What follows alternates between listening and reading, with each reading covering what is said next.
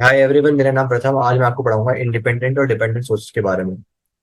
Independent sources से चालू करते हैं। इंडिपेंडेंट सोर्सेस क्या होता है? Independent sources. आप इंडिपेंडेंट सोर्सेस में दो सोर्स आते हैं। एक आता है आपका वोल्टेज सोर्स, एक आता है आपका करंट सोर्स। अब जैसे ही आपको नाम से पता चल गया होगा, ये इंडिपेंडेंट सोर्स है, यानी कि इनकी वैल्यू फिक्स रहती है। ये किसी भी सर्किट के दूसरे कंपोनेंट पर डिपेंड नहीं करते अपने वोल्टेज के। आपका वोल्टेज सोर्स की रिप्रेजेंटेशन क्या होती है? या तो आप सिंपल ऐसी बैटरी बना लीजिए, या फिर आप सर्कुलर फॉर्म में ऐसी बैटरी बना लीजिए। ये आपकी वोल्टेज सोर्स की रिप्रेजेंटेशन हो गई। अब आप इसकी वैल्यू बोलेंगे, मान लो 50 वोल्ट है तो इसकी वैल्यू 50 वोल्ट ही रहेगी। इसकी वैल्यू चेंज नहीं होगी। इसकी वैल्यू 51 वोल्ट, 61 वोल्ट, 71 वोल्ट ऐसे नहीं हो जाएगी। आपने अगर 50 वोल्ट की बैटरी खरीदी तो आपकी बैटरी 50 वोल्ट की ही रहेगी। वो सर्किट के किसी एक्सटर्नल कंपोनेंट पर डिपेंडेंट नहीं करेगी कि उसकी वैल्यू क्या होगी, तो उसकी वैल्यू 50 वोल्ट ही रहेगी। करंट सोर्स की बात कर लेते हैं। करंट सोर्स आपका होता है ऐसा, इसकी वैल्यू अगर 5 एम्पियर है तो इसकी वैल्यू 5 एम्पियर ही रहेगी। सर्किट के किसी दूसरे कंपोनेंट पर डिपेंड नहीं करेगी, अपनी वैल्यू चेंज नहीं करेगी। इसकी वैल्यू फ्यूचर में कभी 6 एम्पियर, कभी 8 एम्पियर नहीं होगी। इसकी वैल्यू 5 एम्पियर ही रहेगी। तो ये हमारे इंडिपेंडेंट सोर्सेस पे। अब मैं बात कर लेता हूँ आपके डिपेंडेंट सोर्सेस की। डिपेंडेंट सोर्सेस,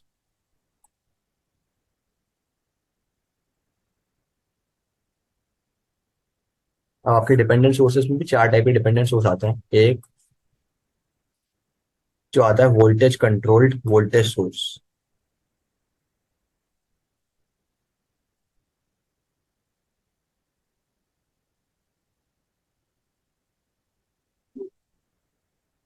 इस सोर्स को मैंने ऐसे रिप्रेजेंट कर दिया, वोल्टेज कंट्रोल वोल्टेज सोर्स।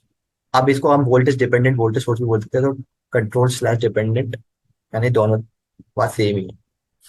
अब हम बात कर लेते हैं ये होता क्या है।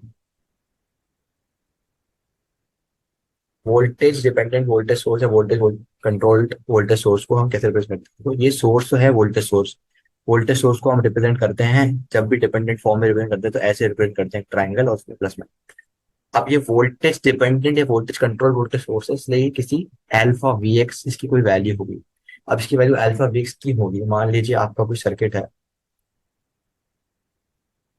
आपका सर्किट ले लेता हूँ मैं एक बार।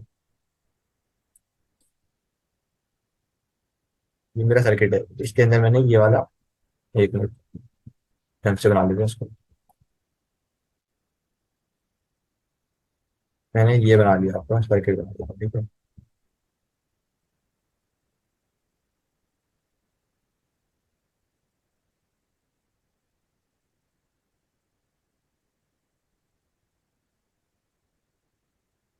तो ये आपका सर्किट है, ये आपके सर्किट है, और ये अल्फा वी एक्स आपका वोल्टेज कंट्रोल वोल्टेज सोर्स है।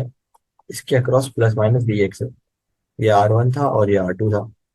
अब इससे अल्फा टाइम्स वी एक्स, इस सोर्स की वैल्यू डिसाइड कैसे हो रही है? जब R2 के अक्रॉस वोल्टेज वी एक्स है तो इस सोर्स की वैल्यू अल्फा वी एक्स है। यानी ये जो वोल्टेज सोर्स है इसकी वैल्यू R2 के वोल्टेज पे डिपेंड करती है, इसलिए ये वोल्टेज डिपेंडेंट वोल्टेज सोर्स। इस सर्किट के किसी एक्सटर्नल कंपोनेंट पे इसकी वैल्यू डिपेंड करती है। इसी तरह अगर हम ले लेते हैं हमारा दूसरा सोर्स, जो कि होता है वोल्टेज कंट्रोल्ड, नहीं sorry, current controlled, current controlled slash dependent voltage source. अब ये सोर्स भी हमारा जो है वोल्टेज सोर्स ही है, तो उसको भी लगा लेता हूँ, ये हमारा वोल्टेज सोर्स है। लेकिन इसकी वैल्यू करंट पे डिपेंडेंट है, यानी अल्फा टाइम्स आई एक्स। इस टाइप की कोई वैल्यू इस पे डिपेंडेंट है। यानी अब मान लीजिए आपका सर्किट ये होता,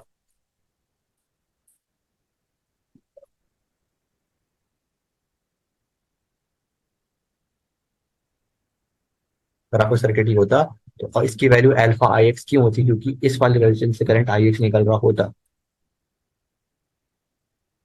तो इसकी वैल्यू अल्फा आई एक्स इसलिए है क्योंकि ये करंट R2 से आई एक्स करंट निकल रहा है, इसलिए ये अल्फा आई एक्स है। तो ये किसी सर्किट के एक्सटर्नल कंपोनेंट पर डिपेंडेंट है अपनी वैल्यू के लिए। लेकिन है ये वोल्टेज सोर्स थी, इसके अक्रॉस अगर मैं वोल्टेज लिखूंगा तो मैं अल्फा आई एक्स ही लिखूंगा। इसके अक्रॉस से करंट अल्फा आई एक्स नहीं निकल रहा है, ये आप मत सोच लेना। इसके अक्रॉस से जो वोल्टेज है वो अल्फा आई एक्स है, ठीक है। अब हम आ जाते हैं तीसरे कंपोनेंट पे। ये है हमारा वोल्टेज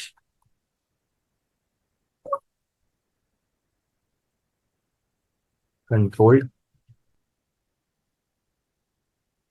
करंट सोर्स।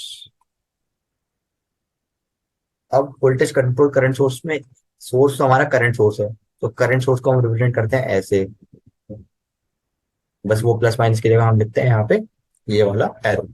अब है ये वोल्टेज डिपेंडेंट या यानी वोल्टेज कंट्रोल्ड, तो हम वोल्टेज कंट्रोल सोर्स को हम ऐसे लिखेंगे अल्फा टाइम्स वी एक्स।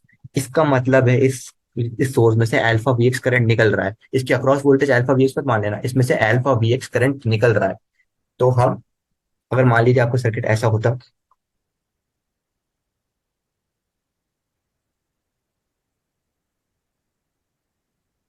इसमें ये आर टू है, आर टू के अक्रॉस वोल्टेज अगर वी एक्स है,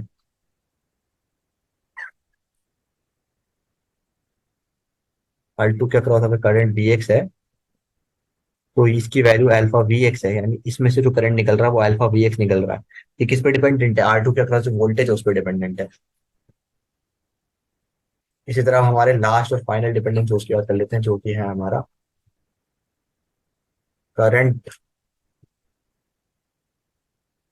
controlled slash dependent current source.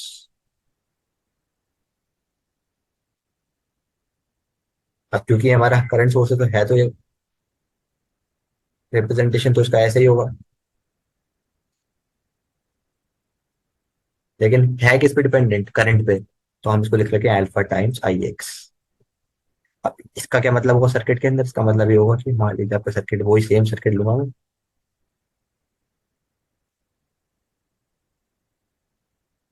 ये आपका R1 या आपका R2, इसके अक्रॉस जो करंट, सॉरी,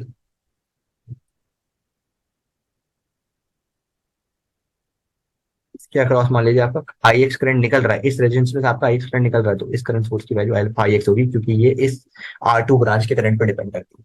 तो ये आपके चार डिपेंडेंट सोर्स हो गए और दो इंडिपेंडेंट सोर्स हो गए। आई होप आपको वीडियो पसंद आई होगी।